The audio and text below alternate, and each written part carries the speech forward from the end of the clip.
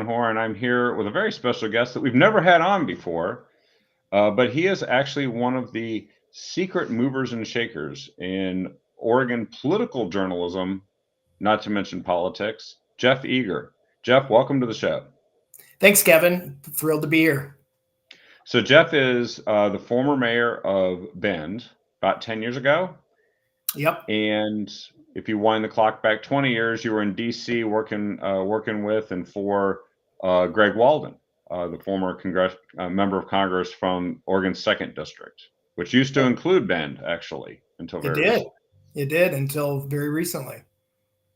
And you're a lawyer, correct?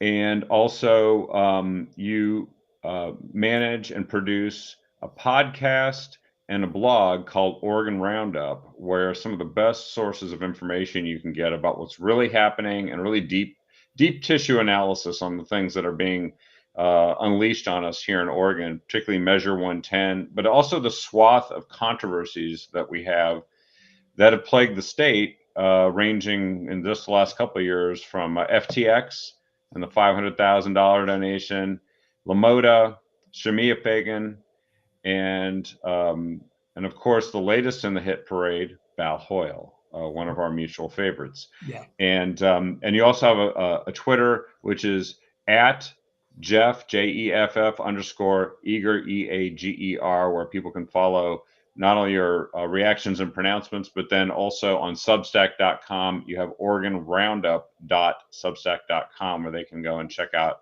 your latest blogs. That's right. Well, thanks for joining us here.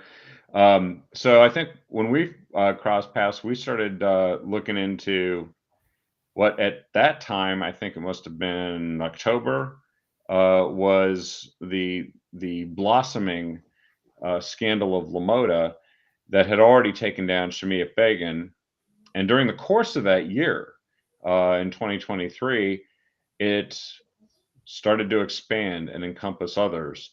Not only did a good percentage of the Democrats in the state receive bags of cash, literally just donations, but Val Hoyle, who at that point was the member of Congress from Oregon's 4th congressional district, but when a lot of this went down and her involvement, that was 2021, 2022. She was the commissioner for the Bureau of Labor and Industry, or we often call it BOLI. And you were kind of sleuthing on a lot of this stuff and finding stuff. And you even filed, I think, a FEC complaint against Val Hoyle. Why don't you kind of tell us the summary of what happened with all that and what led you to the point where you eventually were filing an FEC complaint, as well as pointing out some of the things that were happening with the scandal? Yeah, I don't know how familiar your audience is with the LaModa scandal generally, but brief recap. LaModa was, I believe, the second largest cannabis retailer in Oregon. And they, in around 2021, decided that they were going to really invest in affecting Oregon policy toward cannabis regulation. And they unleashed a ton of literal cash in paper bags to Democrats running for office in Oregon, including Governor Kotek, who got something like 75 grand in her 2022 campaign. And Val Hoyle. You mentioned Shemia Fagan. She was working for LaModa while her agency was finishing up an audit that was critical of the regulations of cannabis in Oregon. So that was they were brash. LaModa was very brash, and their activities extended to our friend Val Hoyle, who's the congresswoman that represents Oregon's 4th district. And they gave her a bunch of money so she was BOLI commissioner. They gave her a bunch of money for when people thought she maybe was running for re-election to BOLI. She decided to run for Congress instead. They gave contributions to LaModa, gave contributions to both of those campaigns.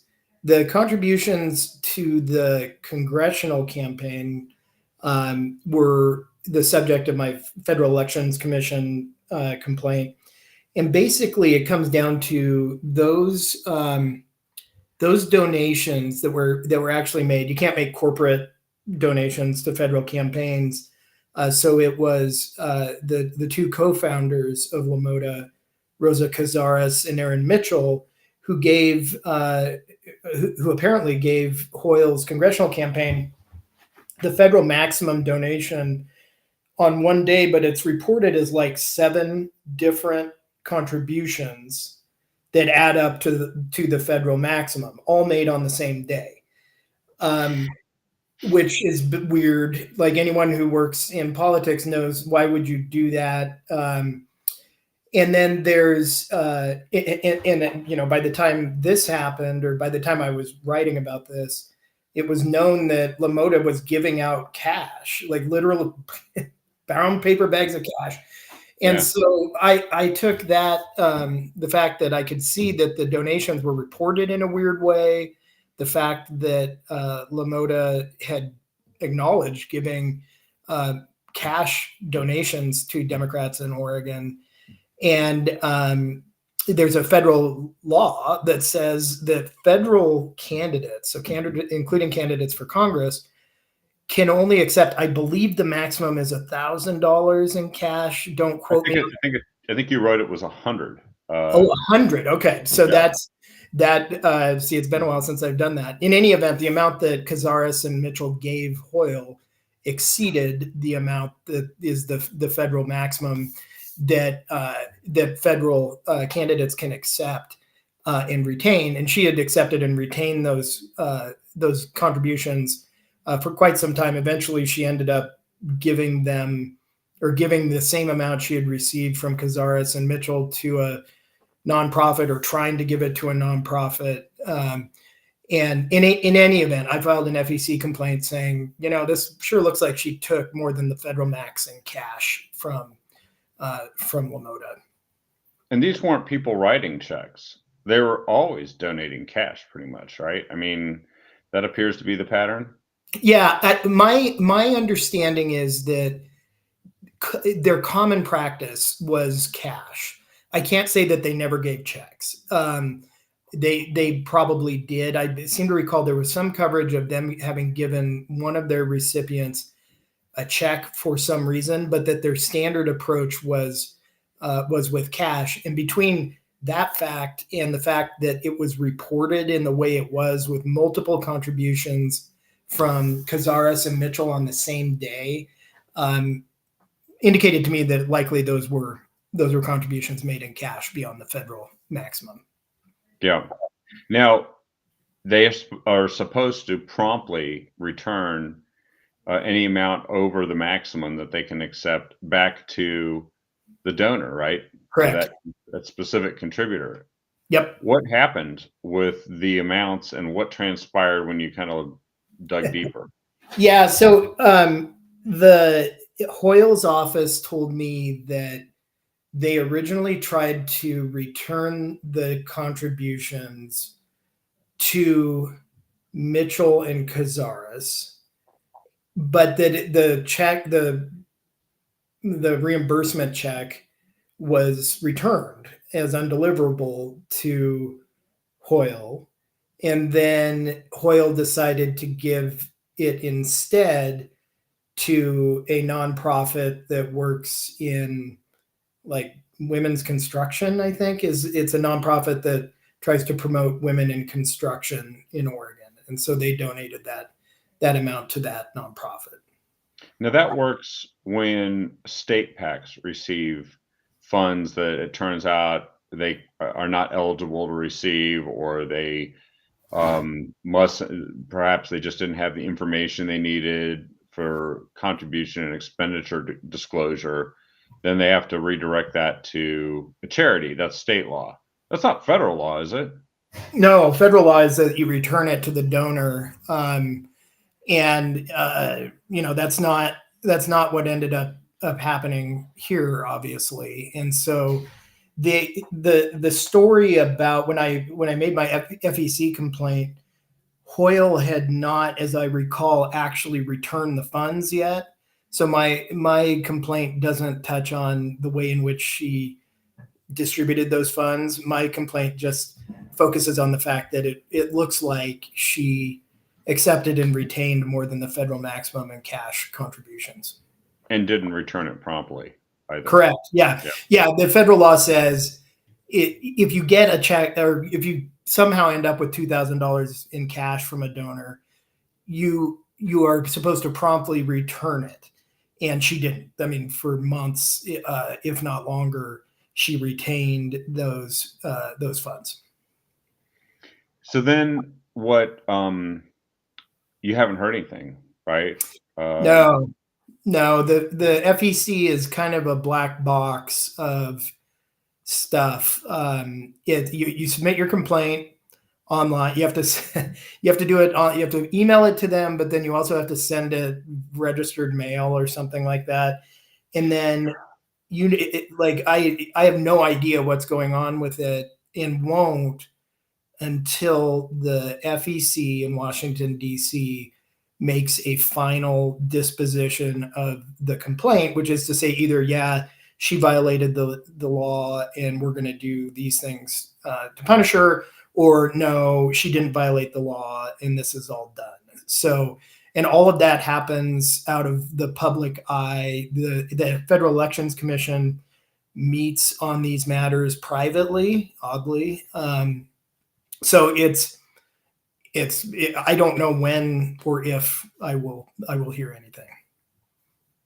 They're not a model of transparency, for sure, on how they handle these things. But then, there's real trust issues with this, because people have almost, I think, become, I don't want to say resigned, but they just kind of expect that there might be various forms of justice and regulation that has a political tint to it. So obviously, if a majority of the FEC commissioners are Democrat or Democrat appointed, things could be different than if there was somebody who's a Republican and greatly disfavored just by that fact alone, perhaps by the Biden administration.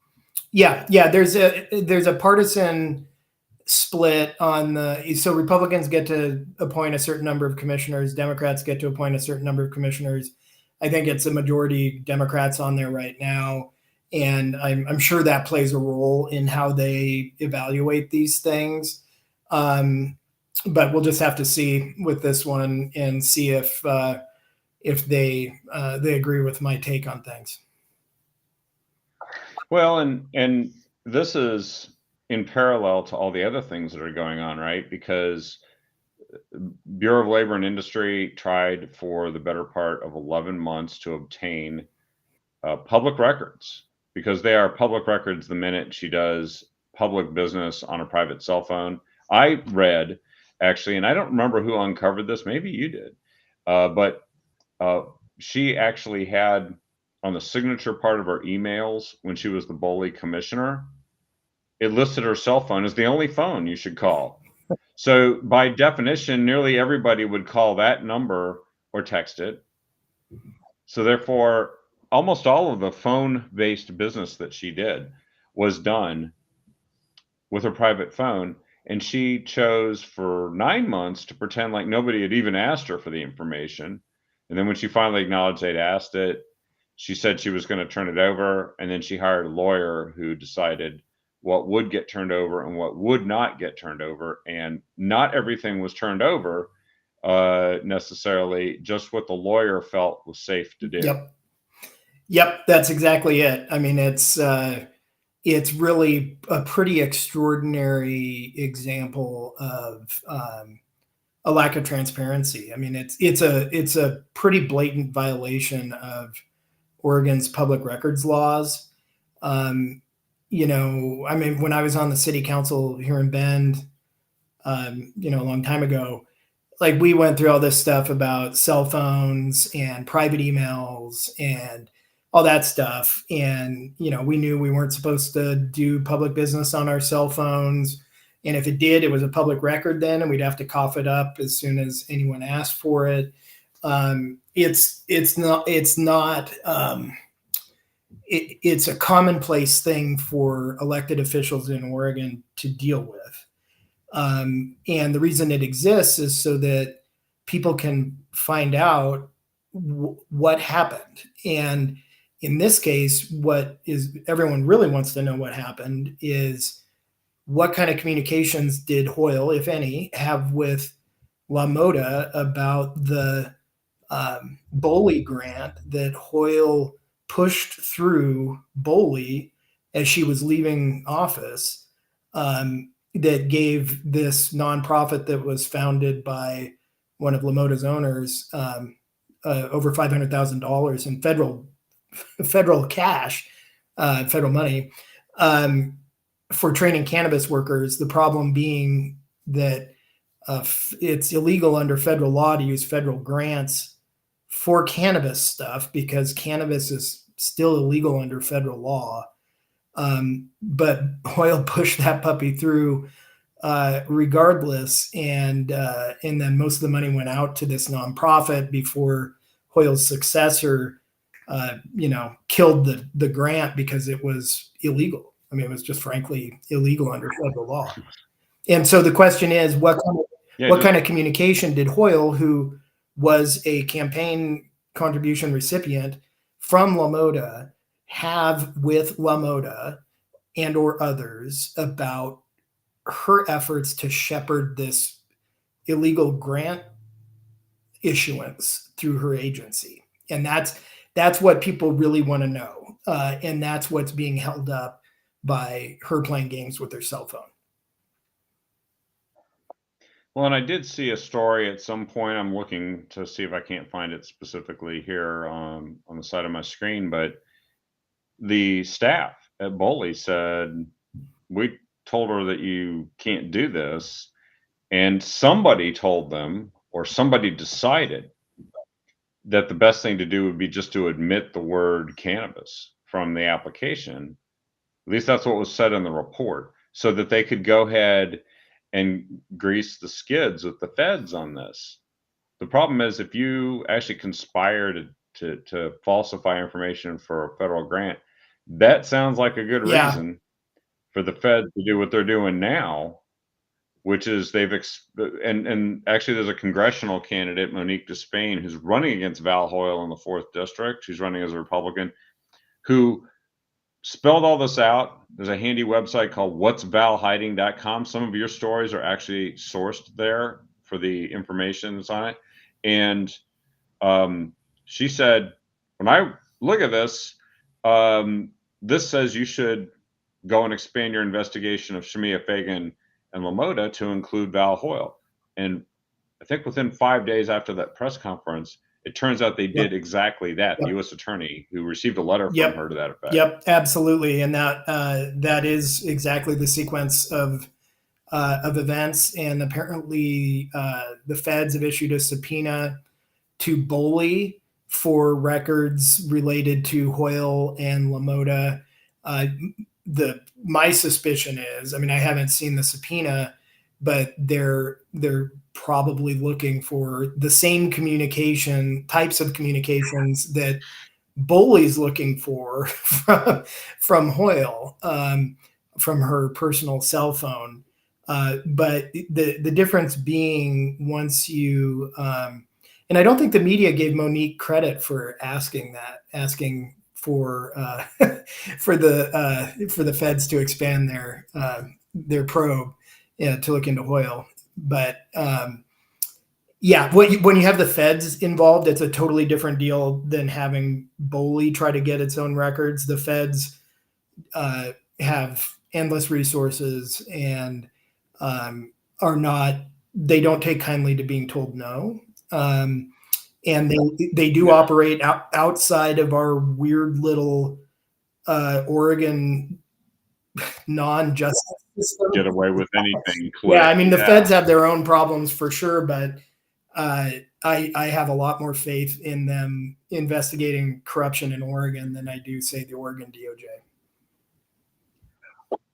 Well, and they're investigating an entity that was the source and the interacting partner of corruption that had millions of dollars in federal and state and local tax liens against it, LaMotta, Yep.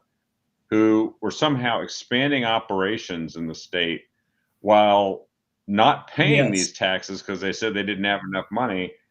And then they had like 30 creditors or something that were all lined up trying to get paid. So, and Val's like, these are my peeps. I'm going to get them this $500,000 grant because I Yep. like them. And even when there were objections within Boley, there was like a commission, I believe, within Boley, whose job it was to evaluate these grants. It's not like she could just rubber stamp it.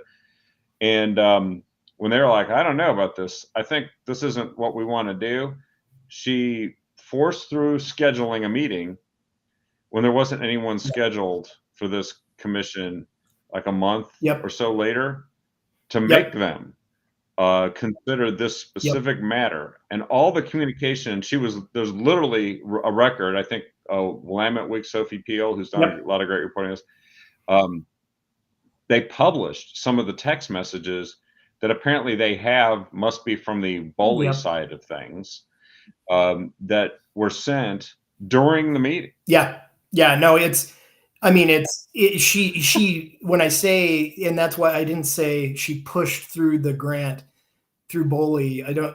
I chose my words purposefully because she was personally committed to getting that thing through. And everything you just said is correct. And she went outside the normal order for this kind of apprenticeship commission or whatever it is that approves these grants to make sure it got done. And, maybe Hoyle's just passionate about training for cannabis workers, or maybe she was trying to help a political ally and campaign donor. Yeah, which when you trace it all the way back to supposedly their first meeting in 2023, that is easily found right at the beginning of the timeline, March 2021, where she dined with the LaMotta CEO, Rosa Cazares, at the Portland City Grill, and she discussed funding of a cannabis apprenticeship program. And later, when Willamette Week broke these stories in 2023, they contacted Hoyle, which is a fair thing to do, and said, what do you say about this? Did you meet with Cazares? And she said, I don't recall. I might have. I'm not saying I did or didn't. Yeah. I think anybody investigating this with the feds would consider that an evasive answer at best. Yes. Yeah. It's one thing I've noticed about Hoyle's operation is it is if they are doing something nefarious or they're trying to hide something that's happened nefarious, they're not particularly good at hiding it. And yeah, that response should have raised eyebrows immediately. And maybe that is what got the feds in. Well, and then one of the things that she did a lot of speaking about this sort of spokesperson. I guess that her congressional spokesperson at that point, who said that they believe that the value of the meal was under $50, and it's kind of funny to look at a menu at the Portland Grill, and the things you can eat for under $50. You have to go way out of your way and be very satisfied with like a couple of appetizers and a glass of water. Yeah. It's been a while since I've been to the Portland City Grill, but I think even in like 1998 or whenever I was there, I don't think there was much for $50 on that menu. No, certainly not entrees. And then the spokesperson said, if we knew then what we know now, the dinner wouldn't have happened. Well, that really doesn't matter, but she says that, but she took with her apprenticeship director to the meeting, which she claims she didn't know was going to be about this, or don't even know if it happened. She doesn't know if she was there. And they found a calendar record from Val Hoyle's calendar that says Rosa Cazares, LaMotta, RE Cannabis Apprenticeship. Uh, just like like I said, I'm not sure this is almost she's the best at covering her tracks if that's what she's trying to do.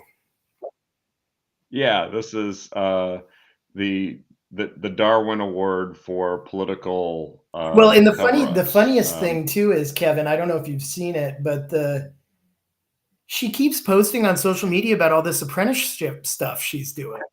Yes, I She mean, still it's not does. cannabis Yeah, didn't you apprenticeship, find something but on she's just Twitter? out there just bragging about like, oh, apprenticeships are so important. It's like,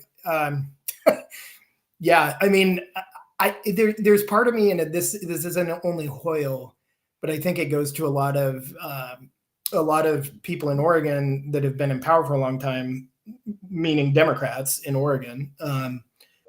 They Mhm. they don't think they think that they're untouchable when it comes to that stuff. Like Yeah. for so long, they were able to just get away with whatever. And I think that in part that's because the kind of legacy media in Oregon both is ideologically aligned with Democrats and their resources have dried up. Like the Oregonian is a shadow of its former self. And there's just not a lot of reporting that goes on about this stuff. So I think they got pretty complacent about this stuff with LaMotta. Like when someone, as a former elected official myself and someone who still works in politics, if I had a client call me, like a candidate for office, call me and say, "Hey, someone just wanted to give me a paper bag full of cash," I would say, "Don't do it." Like that's not. I don't. It Yeah. doesn't matter. I mean, it's legal. That It's doesn't legal in classify. Oregon, but that's probably not a good idea. And they were doing it, and it was Hoyle, and it was Kotek, and it was Fagan, and it was all of them. And that's just risky, and they were just acting like they were untouchable. Well, and Fagan did something for it. We don't know yet, I guess, for sure if Kotek did. And it was a state PAC and she just donated it away. But we know that in this case, based on all these reports, it's very likely that Val, in fact, did something in exchange for the support, or at least they showed a great deal of gratitude in a time proximate to when these results Yeah. were delivered. And one of the people who was hired for the internship and consumed some of the money before it was canceled and supposed to be returned was the executive director of fly-by nonprofit that was formed 2 weeks before the grant was awarded, In a storage who made in a 90 storage unit. in Yeah. what? Yeah. In a storage unit. That was the the address that Oh yeah, that was Endeavor right. nonprofit gave to the state was a storage unit in Portland. So yeah. Beaverton, Oh, I think. Beaverton. I'm sorry. Yeah, no, that's right. And yeah, and that's a classic, shell corporation money laundering technique. Is it's an actual physical address, so they have to accept it, but it's a storage unit, Yep. and they never check those things out. But I guess that did get checked out at some point. It's just going to be very fascinating to see when they start to dig up these communications. But she can no longer tell them, I don't think these communications are belong to Boley. That will have to actually be reassessed, whatever she withheld, if it contains anything. So before, she had the choice of spending 20 minutes handing her private phone to Boley. They scan it. They probably just do a keyword search, Yep. and they take anything off of that, and that goes into the public record, and then Yep. everything else doesn't. But she didn't want to do that, and so now she's probably going to have to be it's going to have to be reexamined. The feds are going to say, okay, we're going to need that phone. I know that they have techniques, don't they? What do they call them? Special masters or something like that, where they can go and have a sort of a neutral third party employed by the court to Yep. determine if something is relevant or not, right? That's Yep. probably going to happen here. Yeah, something like that, probably. I mean, it's the feds are presumably going to want that phone, and they can certainly get it if they want it. So, I mean, the difference being that so far, Boley, in its attempts to get the communications on Hoyle's phone from Hoyle, has been asking her, right? And, suggesting, well, you could just bring the phone by the office and it'll take 20 minutes. There, if and when the feds actually go after that phone, and so far, I think we only know that they subpoenaed Boley, which might be their first step, because there's subpoena Boley for presumably any communications regarding LaMotta and that grant. And Boley's going to say, as though the feds don't already know, that, well, Hoyle hasn't given us her phone, and so we don't have them. Then the feds presumably will go directly to Hoyle, a sitting member of Congress, which will be interesting, and get that phone from her. So I suspect that the feds being involved in this now dramatically changes the, I guess, the urgency with which Hoyle is going to have to address this. Of course, she's in the middle of a reelect, and I'm sure her donors aren't impressed with this whole thing, which hung over her all last year when she didn't do much in the way of, she was the worst performing Democrat, vulnerable seat in Congress in terms of fundraising. And so this is probably not going to help that at all. But you know what? She could have made this go away a lot sooner if there was nothing to hide. So, yeah. Well, let's just switch gears here, because there's some other things related to this. So you did some work on FTX and what was going on with that, and you uncovered some things. And that's just to remind folks, famously, the $500,000 donation. I think that wasn't the only one, but it's 500 grand that was donated by a donor that was actually an SPX principal, an officer, I believe.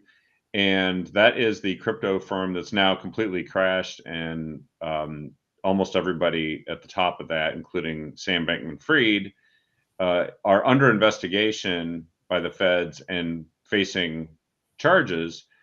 But they donated $500,000 to the Democrat Party of Oregon.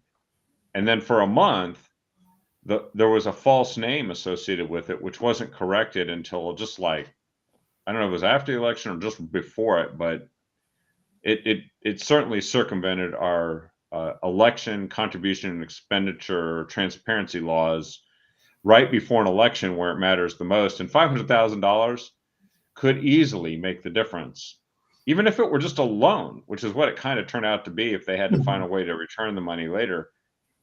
Even if it was just a loan, in effect, it helped them right before an election, and a governor won a race by a narrow couple of percentage points. Several state legislative races that could be impacted by the actions and the support of the Democrat Party of Oregon were won by hundreds of votes.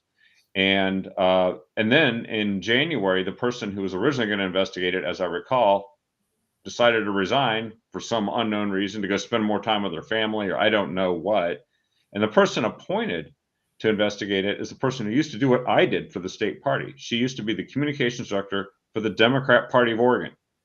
Yes. Not exactly an independent voice. Tell us a little bit about that and what happened with that and what you discovered. Yeah, the FTX story, it was first reported, I think, by the Oregonian. And this would have been, the Oregonian reported just before the 2022 election that this crypto bank, is what I'm going to call it, out of Las Vegas, called Prime Trust. I think it's Prime Trust, something Trust, had given 500 grand to the Democratic Party of Oregon, which was the largest contribution ever made to that party. And so the Oregonian was like, well, who are these guys? Why are they giving $500,000 to the Democrats in Oregon? So they started doing some calling, in the Democratic Party was like, oh, wait, turns out we did mess up. It didn't actually come from Prime Trust. It came from this guy named Nishad Singh, who was an executive, as you said, of FTX, this cryptocurrency firm that was it and its principals were giving just massive amounts of campaign dough to candidates, mostly Democrat, not all, in the run up to the 22 election, and so they re-reported it as a contribution from Singh. And then the Secretary of State, which has jurisdiction over this stuff, Who was Shemia Fagan? who was at the time was Shemia Fagan, launched launched an investigation into the misreporting of the source of the donation. And this is one where Fagan actually, she requested, as soon as that story hit, I've seen the email, she told her people, we need to investigate that. Like, to her credit, now she might have been like, we need to get ahead of this, but to her credit, she was actually into investigating it, at least in theory. However, by the time the matter came up before an administrative law judge at the Secretary of State's office, Fagan wasn't the Secretary of State anymore. She had resigned in the LaMotta scandal that we were just talking about. And, it was a new Secretary of State, Lavon Griffin Valade is her name. And, and her staff, I'm trying to think if she was in office yet or not, or if it was absent. I think she was, it hadn't been formally filled yet, the Secretary of State's position. So it was the Deputy Secretary of State, interim or something. Yeah. Cheryl Myers, who was running the department at that time. They had a hearing. Well, they were going to have a hearing on the late filing of the accurate name of the donor, and they cut a deal. The Secretary of State's office cut a deal with the Democrats right before that hearing was to happen, and gave them a slap on the wrist. They reduced the proposed fine. They said, we're not looking into any criminal stuff with regard to this, and we're going to pretend that none of this happened. And that was against the legal position taken by the DOJ lawyer that was advising the Secretary of State's office in this matter. He had written a memo to the ALJ saying, no, the Democrats are way out to lunch on this thing. They knew what they were doing and they shouldn't get off easy. And then his client ended up letting them off easy. So, but your point is right. Like, the end result is that the Democratic Party of Oregon got $500,000 for get out the vote stuff. So turning their voters out in that last month before Election Day. And it was eventually turned over. Like, the Democrat Party had to turn over $500,000 to federal marshals last year. So well after the election, they had to turn that over. But those funds were just backfilled by Senator Wyden, Senator Merkley, some of the House delegation. I forget if Hoyle was one of them that ponied up. So the Democratic Party of Oregon got that $500,000 on an interest-free loan that was paid ultimately by someone else at the end of the day. And that $500,000 at the end of an election campaign, I don't know that that's why Kotek won or anything like that, but it sure helps. And the Dems so far have gotten off scot-free on it. Well, there was some correspondence around it that, as I recall, said that the original sort of matchmaking on getting this kind of money from FTX to the Oregon, the Democrat Party of Oregon, flowed through a staffer that was involved with Wyden's office, knowingly or unknowingly. Is that correct? Oh, absolutely. And that's where I kind of did a lot of my work on this FTX stuff was digging into Senator Wyden's office's involvement. And what we do know from the email traffic is that Wyden's longtime fundraiser, who owns her own business in Washington, D.C., she raises money for Wyden, probably raises money for other people. she's done it for a long time, that she was the person that connected FTX political people and the Democratic Party of Oregon to facilitate that contribution, because obviously FTX doesn't know the Democratic Party of Oregon, and vice versa. So she connects them and facilitates the whole transaction. She's on these emails about how the donation is going to get made. She's copying people who are actually on payroll for Wyden's campaign. And then Wyden's office, I ran a story about this, and then the Oregonian picked it up. The Oregonian asked Wyden's office, "Hey, did you have anything? Did you have anything to do with this contribution?" And his spokesperson said, unbelievably, that Wyden's campaign had nothing to do with the contribution, which is in direct contradiction with the actual emails that show the involvement of don't believe your lying eyes campaign. And this fundraiser of his is identified in the initial emails as all things Ron Wyden. She was introduced as a Wyden fundraiser, and somehow Wyden has gotten away with, I mean, honestly, I don't use the word lie lightly. He lied, and that's still on the record, and it hasn't been corrected by Wyden. I think I'm the only person who cares about this anymore, but I mean, that's just a blatant lie based on what we know right now. I'm pretty sure that if the feds investigated that, and I doubt if they will, because he's a very powerful U.S. senator that probably has a great influence over whether or not they get things they want, budget-wise, right? And he is also trying to drag people like Val Hoyle across the finish line this year by making it look like she's actually doing something. That's just two pieces of the stuff that's messed up here in Oregon, and that's just the corruption. Why don't we kind of, because I love the commentaries that you've got here. You've talked about the OLCC rare whiskey, Pappy whatever stuff, and others. I love the one that you have, why nothing works in Oregon, which is great, because it's almost like that's the only thing you can be sure of, is that whatever they do is not going to work. Yeah. Although I've wondered sometimes if the things that don't work, they don't work as advertised because they never meant it.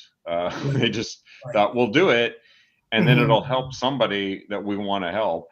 Yeah. But you've talked a lot about Measure 110, which seems to be the case in point of, it was advertised to be one thing. Clearly people felt deceived when the headlines went across the country the next day after it had passed, that they just legalized hard drugs. And then we saw what happened in the last 3 years, which is it supercharged a addiction, crime wave, and homelessness crisis that's engulfed the city of Portland and many places in the state, and then just it turned into a flow from the rest of the country into this state, and turned into a flow of people out of the city and out of the state to flee all of this stuff.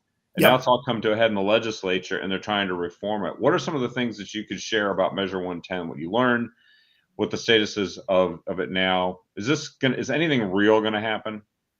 Well, it depends on what you think by real. I think that the legislature, there's a decent chance that the legislature can agree on a change to Measure 110 that recharacterizes possession of hard drugs from a violation like a ticket, which it is now under 110, to some kind of misdemeanor, which would be recriminalizing the possession of hard drugs. Now, the question is to what degree, because there's a big difference in misdemeanors. So the Democrats are pushing a Class C misdemeanor, which the law enforcement people I talk to says won't do anything, because the cops know the reason why. So cops aren't giving out the tickets, the Measure 110 tickets, because they know that people who are addicted to this stuff are not going to pay the ticket, and they're not going to call the helpline. that's on the back of the ticket. So so they don't give them out. Class C misdemeanor. We're literally talking about so far only dozens of Yes, people have actually gotten help out of exactly. like Yeah. 16 or something Yeah. that have been handed out. Yeah. No, it's Right. Measure 110 it's almost like when you dig into it, it's almost like it's unbelievably bad. And I've never been like this big drug warrior guy, that's not my thing. And I remember when 110 was on the ballot, I kind of read it and I was like, well, I don't necessarily like sending people addicted to drugs to jail. I ended up voting against it because of the money that was involved, because it redirects $150 million into treatment. But you dig into it and it is a catastrophic and massive failure. I mean, even if you think it's not, it doesn't have much to do with the crisis Oregon has with drug use right now. There's no way you look at Measure 110 and the way it was drafted and the way it was implemented that makes it look okay. Like it's unbelievably bad. And I think that the legislature will recriminalize it, or will try to, if they can agree on something. And if they don't, someone, that group out of Portland is going to put it on the ballot, and that thing is going to probably pass. And then it's all going away. And what you have right now is frankly, the Democrats in the legislature, many of whom, and the most important of whom, all received campaign donations from the Drug Policy Alliance out of New York, which is the pro-drug legalization group that gave $6 million to pass Measure 110 and drafted the bill, or the ballot measure. So the Democrats are stuck in this position of having constituents who are really mad about Measure 110 and the drug crisis, but they're, they've taken dough from this organization that exists to legalize hard drugs. So thought and still think it's a good idea. Exactly. Like if you look at what Drug Policy Alliance is putting out now, they're doing rapid reaction to what's happening in the Oregon legislature. And it's big. Like Oregon's on the front line right now. There's this international global debate about what to do with drug policy. We're, unfortunately for us, on the front line of it. Like we are it right now. And all the folks, and especially Drug Policy Alliance, who are committed to legalization, could frankly care less about what happens to Oregonians. Yeah. They just don't want to take a big loss on their overarching goal of legalizing hard drugs everywhere. So Oregonians are kind of caught in the middle there. Yeah, we're the guinea pig, where they mistakenly took a program that they sort of tried in Portugal with a completely different set of circumstances, where they don't have fentanyl. I learned yes. Fentanyl in Portugal. And they have twice the number of police per capita that Portland does, so they can actually handle the law enforcement side. And there's other differences, but I think they're really terrified that this one's going to be killed into the crib. And I know a lot of other states have been warned about it. And I'm not just talking about like Republicans, the only ones who care about this. I think it's turning out that clearly there are Democrats that are like furious and outraged at this whole thing. But as you said, that I believe George Soros is one of the chief bankrollers of the Drug Policy Alliance, and he's been behind many of these things. It has exposed just how feckless and really scandalous it is, this policy, and the people who just say it needs more money and more time after they've completely failed to deliver on they got the cannabis tax, but they didn't provide the drug treatment and mental illness. We're like 50th in the country in that. Oh yeah, dead last. And so they didn't do that. But we're number one in fentanyl and meth. Yeah. Number one, if you can call it that. But yeah, it's Oregon's done a lot of bad stuff since, like in 2020. Like Oregon's always done a lot of kind of weird public policy stuff. But since 2020, it's been mess after mess after mess, and Measure 110 is only really the most visible one to people, because they see what's happening on our streets. And at the very least, everyone knows, like, I think this whole debate about, is it causing, does Measure 110 cause there to be more overdoses and more whatever? People know, like, you walk down the street and it's like, okay, well, it's legal here. And, not that the mainstream media does this, but when others do it and interview homeless people on the streets in Portland, they're like, yeah, I came here because the drugs are legal. Yeah. And it's like, you can't, what the DPA and the Democrats are trying to do on this issue right now is to tell us not to believe our lying eyes. And Yeah. you can't go to downtown Portland. You can't go to Bend. I mean, there's a homeless camp like a quarter of a mile from here. There are drug busts around these homeless camps we have in Bend. It's not just Portland. And I mean, Eugene. Yeah. Highest per capita homelessness in the nation. And they worked hard to get there, and they had help. Does Eugene have the highest per capita in the nation? Yeah. I'll bet it did. When I went to law school there, and I think there was a pretty big homeless population back then. Even Eugene is just kind of the hotbed for that, I guess. But now Oregon is sort of the master class in how to catastrophically implement policies.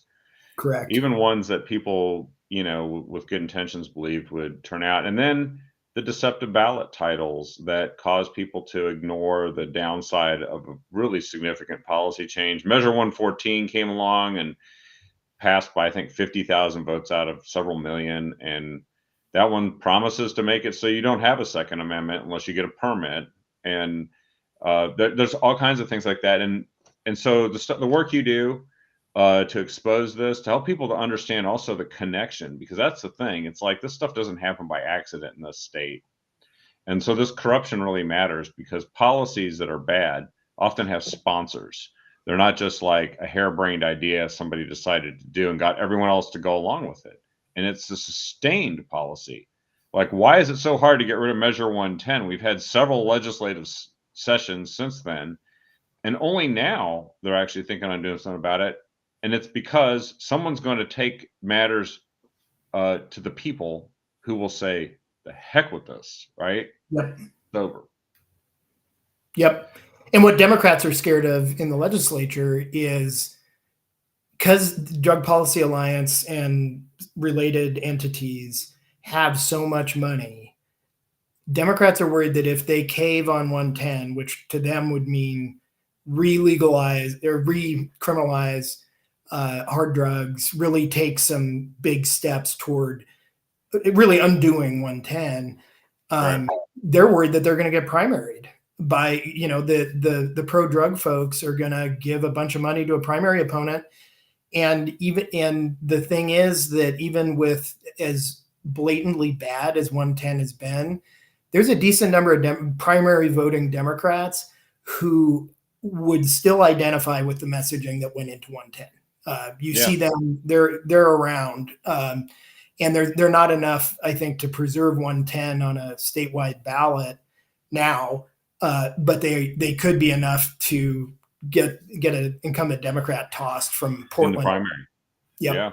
No, that's a very good point, and that's the dynamic people need to understand when they see impossibly crazy and stupid policies, and yet people still defend them and want to keep them. So, well, I really appreciate you staying on as long as you did here, and great guest for us here tonight. Look forward to having you on again, because we know this is going to continue to churn all of these things, but there's also going to be new stuff, because they still think they can do whatever they want and get away with it. Yep.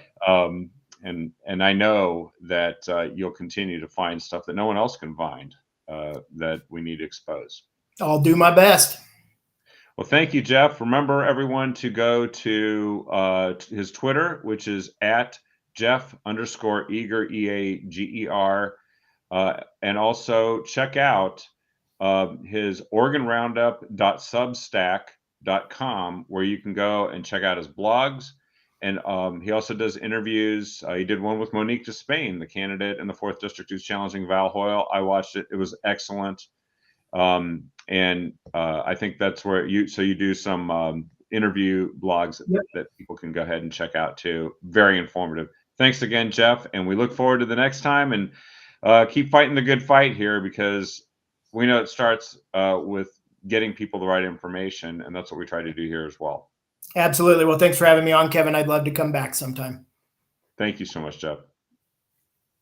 And tomorrow night we should be back with another episode of The Captive Audience. Or not tomorrow night, sorry, Monday night. And I don't know who it'll be yet, because we just kind of follow the news, but there's a lot going on in the legislature. And oh, actually, we might have somebody on who's going to talk about tolling, which is another fascinating topic. So we'll make sure that when, if we're going to have someone on that's talking about that.